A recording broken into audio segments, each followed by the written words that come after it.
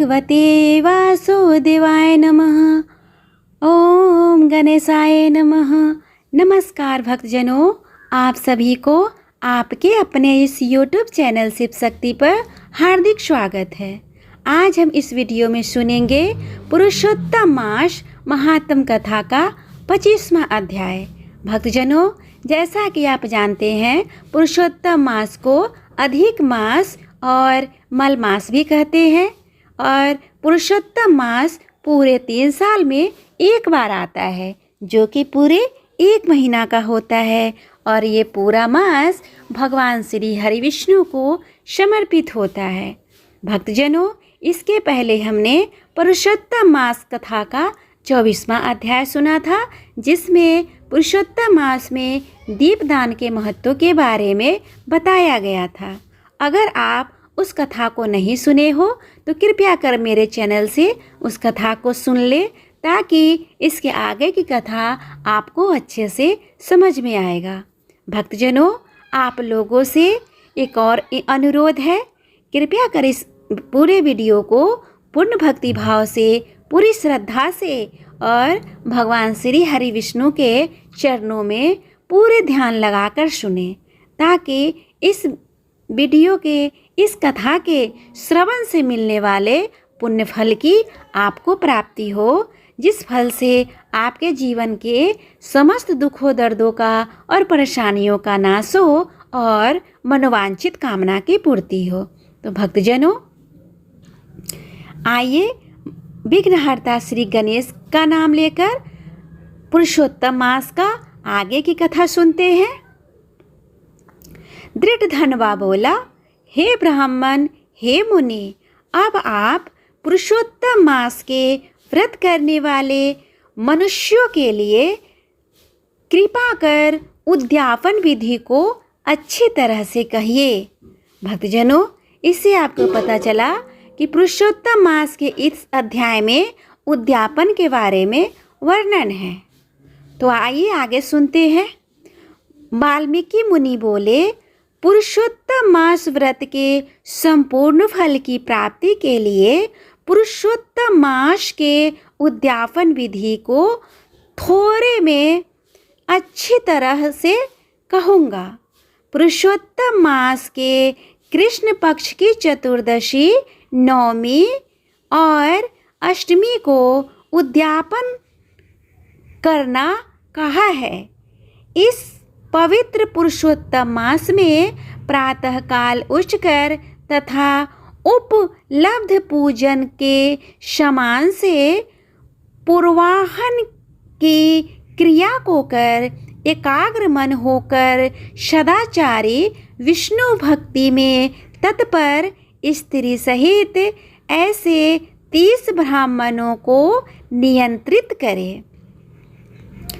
हे भूपति, अथवा यथाशक्ति अपने धन के अनुसार 7 अथवा 5 ब्राह्मणों को निमंत्रित करे। बाद मध्याह्न के समय 16 शेर अथवा उसका आधा यथाशक्ति पंचधान्य से उत्तम सर्वतोभद्र बनावे।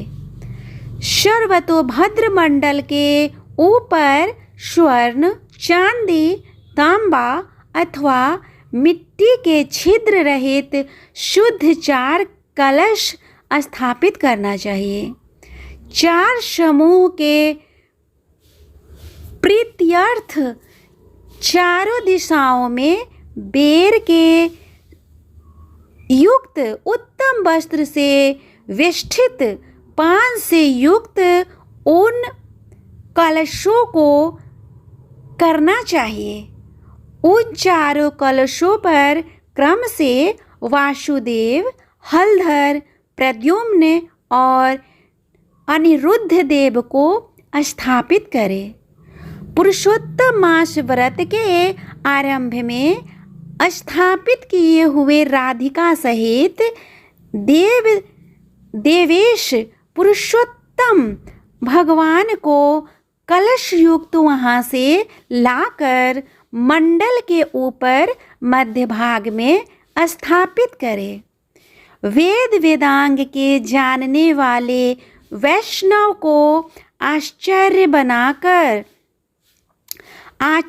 बनाकर जप के लिए 4 ब्राह्मणों का वरण करें। उनकी अंगूठी के सहित 2-2 वस्त्र देना चाहिए। प्रसन्न मन से वस्त्र आभूषण आदि से आचार्य को विभूषित करके फिर शरीर शुद्धि के लिए प्रायश्चित गोदान करें। तदंतर स्त्री के साथ पूर्वोक्त विधि से पूजा करनी चाहिए और वरण किए हुए 4 ब्राह्मणों से 4 व्यूह का जप कराना चाहिए और 4 दिशाओं में 4 दीपक ऊपर के भाग में स्थापित करना चाहिए। फिर नारियल आदि फलों से क्रम के अनुसार अर्घ्यदान करना चाहिए।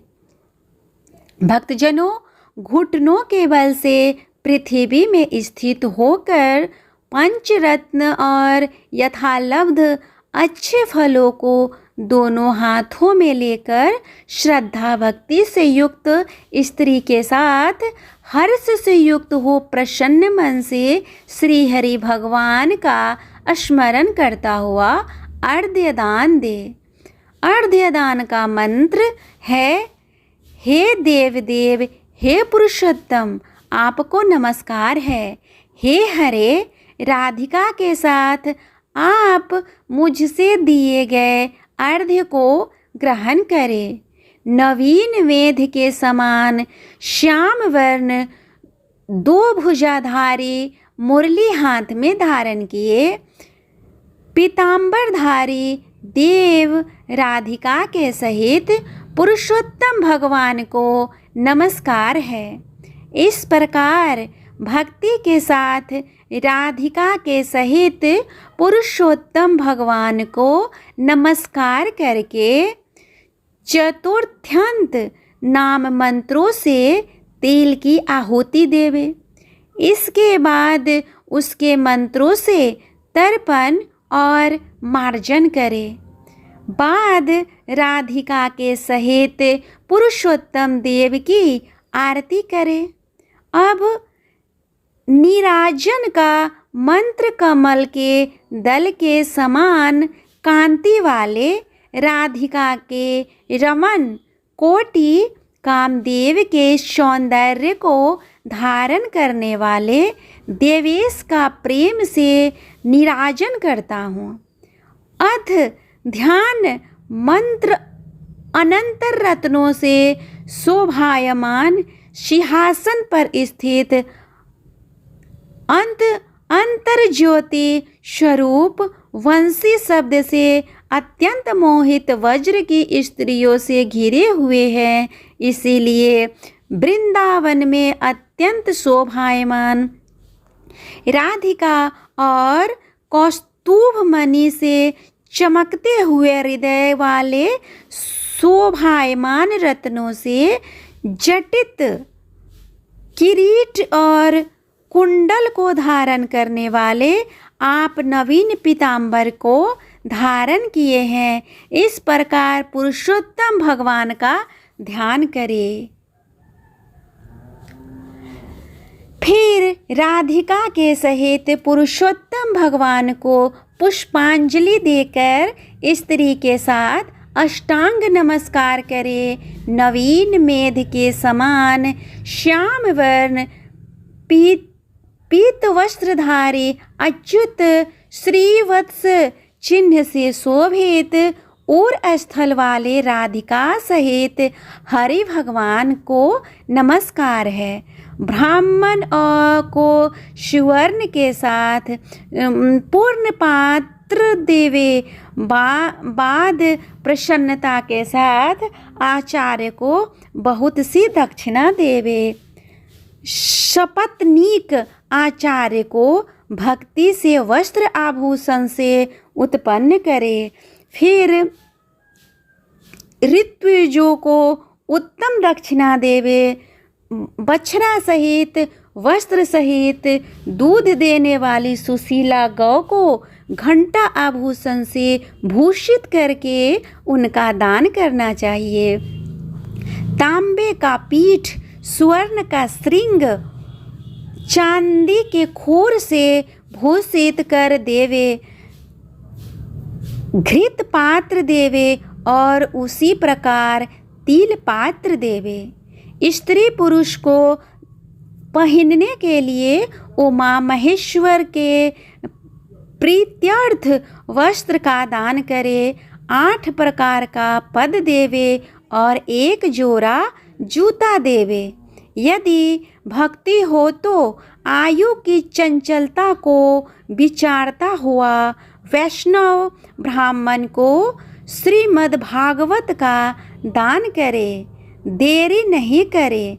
श्रीमद् भागवत साक्षात भगवान का अद्भुत रूप है। जो वैष्णव पंडित ब्राह्मण को देता है वह कोटि कुल का उद्धार कर अप्सरागणों से सेवित विमान पर सवार हो योगिनी को दुर्लभ गोलोक को जाता है। हजारों कन्यादान, सैकड़ों वाजपेयी यज्ञ, धान्य के साथ क्षेत्रों के दान और जो तुलादान आदि आज महादान हैं और वेद दान है, वे सब श्रीमद् भागवत दान की 16वीं कला की बराबरी नहीं कर सकते। इसीलिए श्रीमद् भागवत को सुवर्ण के सिंहासन पर स्थापित कर वस्त्र आभूषण से अलंकृत कर विधि पूर्वक वैष्णव ब्राह्मण को देवे। कांसे से 30 संपुट की 3-3 मालपुआ रखकर ब्राह्मणों को देवे। हे पृथ्वीपते, हर एक मालपुआ में जितने छिद्र होते हैं उतने वर्ष पर्यंत वैकुंठ लोक में जाकर वास करता है। योगियों को दुर्लभ निर्गुण गोलोक को जाता है, जिस सनातन ज्योतिर्धाम गोलोक को जाकर नहीं लौटते हैं। 2.5 सेर कांसे का संपुट कहा गया है। निर्धन पुरुष यथाशक्ति व्रत पूर्ति के लिए संपुट दान करे अथवा पुरुषोत्तम भगवान के प्रीत्यर्थ मालपुआ का कच्चा सामान फल के साथ संपुट में रख कर देवे। भक्तजनों, तत्पश्चात हे नराधीप, निमंत्रित सपत्नीक ब्राह्मणों को पुरुषोत्तम भगवान के समीप संकल्प करके देवे। अब प्रार्थना लिखते हैं, हे श्री कृष्ण, हे जगदाधार, हे जगदानंददायक, अर्थात हे जगत को आनंद देने वाले, मेरी समस्त इस लोक तथा परलोक की कामनाओं को शीघ्र पूर्ण करे। इस प्रकार गोविंद भगवान की प्रार्थना कर प्रसन्नता पूर्वक पुरुषोत्तम भगवान का स्मरण करता हुआ स्त्री सहित सदाचारी ब्राह्मणों को भोजन करावे। ब्राह्मण रूप हरि और ब्राह्मणी रूप राधिका का स्मरण करता हुआ भक्ति पूर्वक गंधाक्षत से पूजन कर घृत पायन का भोजन करके व्रत करने वाला विधि पूर्वक भोजन समान को संकल्प करे। अंगूर, केला, अनेक प्रकार के काम के फल, घी के पके हुए सुंदर उड़द के बने बड़े, चीनी घी के बने घेवर, फेनी, खार के बने मंडक, खरबूजा, ककड़ी का साग, अदरक, सुंदर नींबू, आम और अनेक प्रकार के अलग अलग साग। इस प्रकार षट्सों से युक्त 4 प्रकार का भोजन सुगंधित पदार्थ से वासित गोरख को परोसकर कोमल वाणी बोलते हुए, यह स्वादिष्ट है, इनको आपके लिए तैयार किया है, प्रसन्नता के साथ भोजन कीजिए। हे ब्राह्मण, हे प्रभु, जो इस पकाए हुए पदार्थों में अच्छा मालूम हो उसको मांगिए। मैं धन्य हूँ, आज मैं ब्राह्मणों के अनुग्रह का पात्र हुआ, मेरा जन्म सफल हुआ। इस प्रकार कहकर आनंद पूर्वक ब्राह्मणों को भोजन कराकर तांबूल और दक्षिणा देवे। इलायची, लौंग, कपूर, नागरपान, कस्तूरी, जावित्री, कत्था और चूना, इन सब पदार्थों को मिलाकर भगवान के लिए प्रिय तांबूल को देना चाहिए। इसीलिए इन सामानों से युक्त करके ही आदर के साथ तांबूल देना चाहिए।